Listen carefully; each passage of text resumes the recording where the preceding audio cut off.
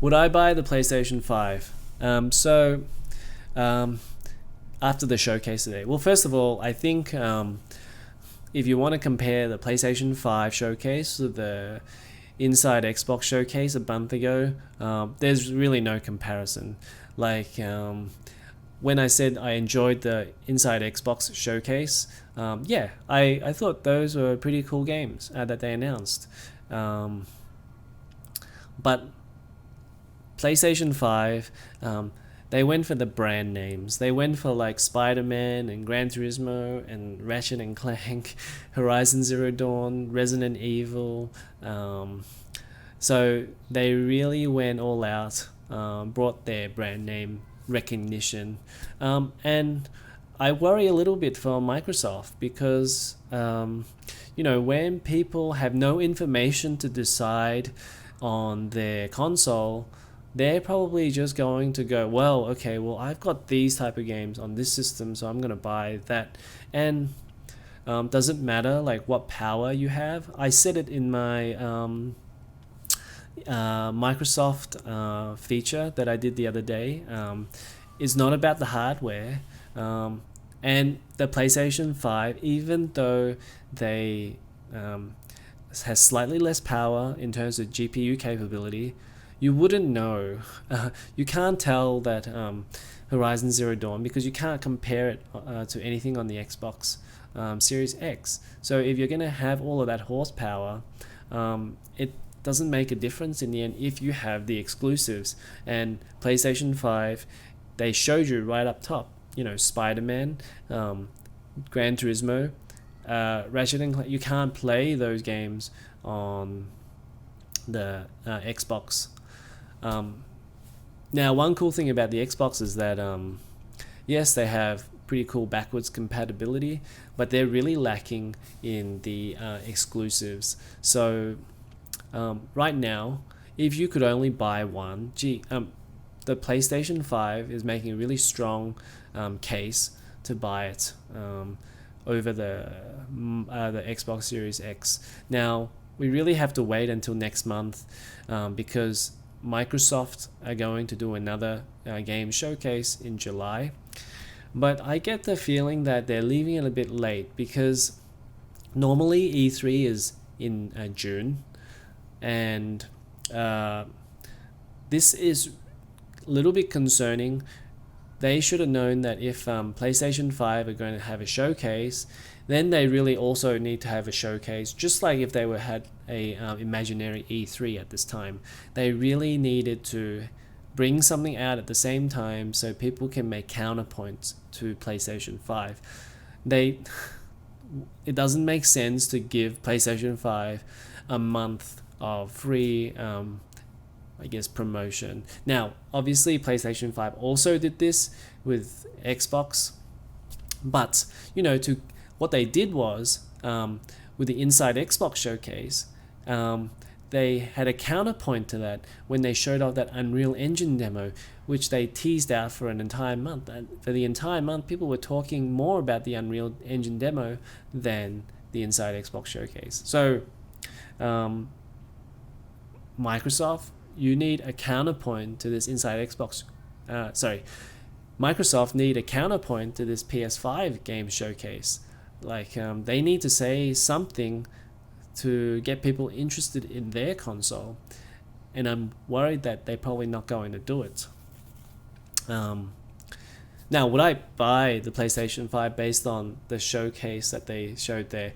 I would say that I really want a PS5 for Gran Turismo because I'm a huge racing fan, and Horizon Zero Dawn 2 alone would get my money because it looks so good. In the past you would buy a console because you'd get that awesome looking game that you don't know what it's really about, but you go and buy it anyway because it looks damn good. So that's Horizon Zero Dawn 2. But would I buy it just for 2 games at the moment? I'm not so sure. I'm still sitting on the fence on this one. I think that we really have to wait. I don't really like the design of the PlayStation 5, the actual look of the console.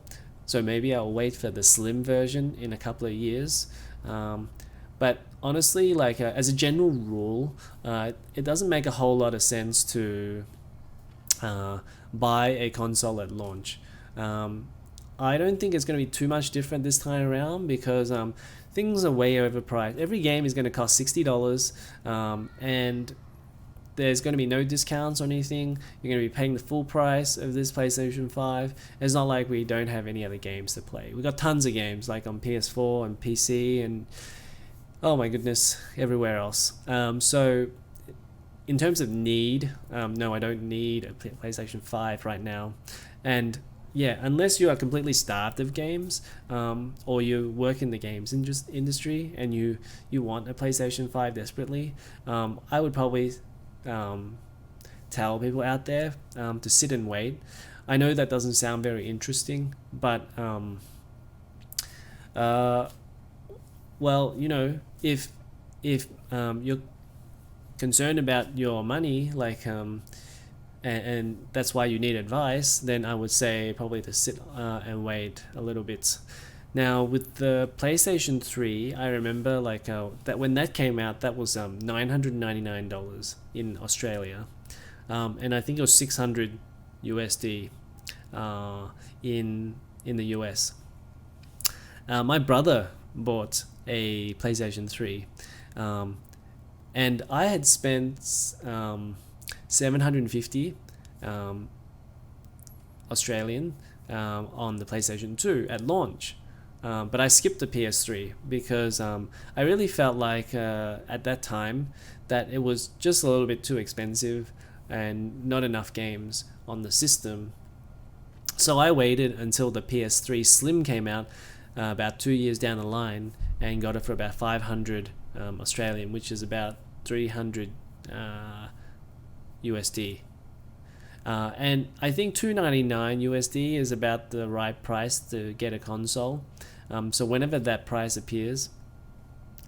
Now Sony with the PS4, they came out with the PS4 at $399, and that was good enough price for me to accept that launch for the PS4. So I bought the PS4 at launch, and I didn't end up getting the PS4 Pro. I thought about it, but there just weren't enough games, and I didn't have a 4K TV anyway. And I wouldn't play in 4K because I knew it was kind of underpowered, and I don't really like 30 FPS games. I'd much rather play 1080p 60 frames per second. And yeah, so I didn't really wasn't really interested in the PS4 Pro, except for just making other older games better. Like all the Yakuza games would have played better on the PS4 Pro. But with the PS5, yeah, I think this is looking like it's at least $499. I don't think it's going to be $399. I would be astonished if it was $399. If it was $399, then the console race would be over, and PS5 would win, because I don't think the Xbox Series X could be $399.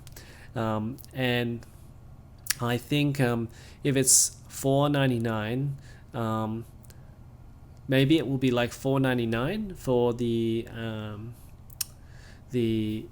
discless version, and then for the disc version it will be like $599. So maybe that's the way they're going to do it. If you really want retail discs, you can pay $599 for it. Because remember, in the past with the PS4, the CPU was lower and a lot lower spec than any type of PC, and the GPU was more like a mid-tier PC when it came out. Now what we've got is like mid-tier CPU and GPU in the system. I just feel like it's probably not going to be $399 based on the specs. Overall, I think they had a really good show. It probably went on for like about 15 minutes too long. They really needed to cut some of those games that I didn't talk about. They should have just cut them out and then just leave them as games that they show on their YouTube channel. I think, but aside from that, They did a really good job selling the console, and specifically they went after like things like exclusives and brand recognition for the PlayStation 5, which I've already said that is imperative to get sales. And that's what they're doing. They're not talking about like, you know, how powerful it is. They're talking about why you want to buy one. And they had a really good show. So I think that's probably going to do it for this episode of the JimRPG Show. So remember, if you guys like the video, be sure to like the video and subscribe to my channel. Thanks for watching again, and I'll see you guys in the next one.